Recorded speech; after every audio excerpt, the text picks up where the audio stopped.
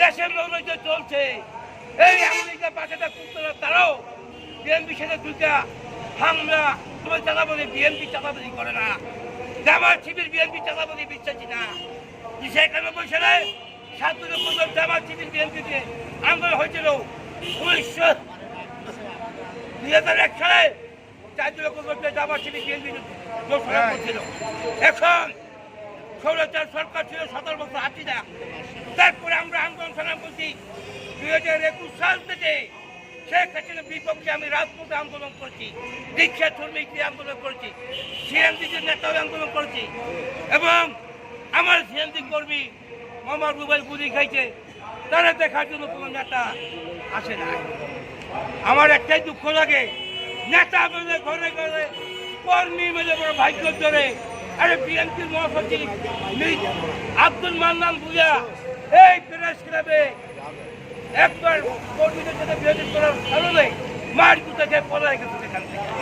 তাই সঙ্গে ভাইরা আমার বিএনপি চাঁদাবাজি বিশ্বাস করে না, ধান্দাবাজি বিশ্বাস করে না। তারেক রহমান চাঁদাবাজি করে না, তারেক রহমানের মা দেশে যখন খালেদা জিয়া চাঁদাবাজি করে না, শহীদ রাষ্ট্রপতি চাঁদাবাজি করে না, বিশ্বাসী না।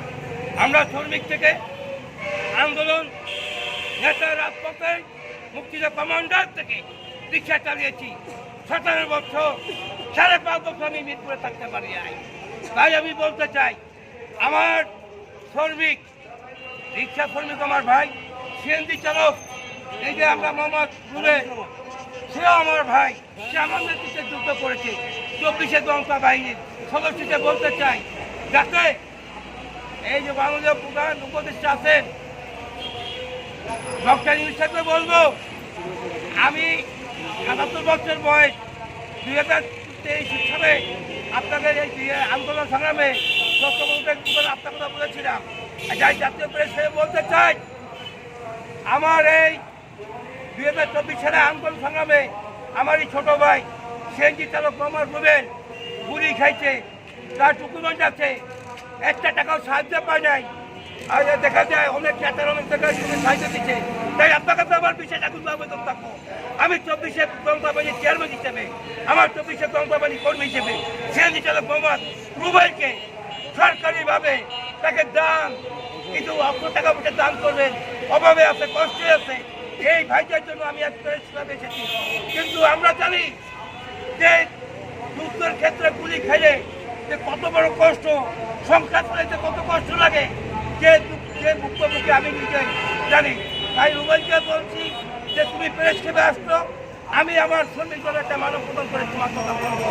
তাই আমাদের বর্তমান যে উপদেষ্টা সাহেব আছেন তাকে বলবো, আপনি আপনার বিধিবিধা মোতাবেক না, ডাইরেক্ট আমি মুক্তিযোদ্ধা কমান্ডার হিসেবে বিজেপির জেট গেরিলা বাহিনী এবং 71 মুক্তি সংগ্রাম পরিষদ কেন্দ্র পরিষদ সম্পাদক, বিজেপির জেট গেরিলা বাহিনীর সাংগঠনিক সম্পাদক এবং 24 দমকা বাহিনীর চেয়ারম্যান হিসাবে আবেদন থাকলে আপনি যেভাবে হোক আমার 24 দমকা বাহিনীর সিএনজি চালক মোহাম্মদ রুবেলকে আপনি কিছু আর্থিক সাহায্য দিবেন।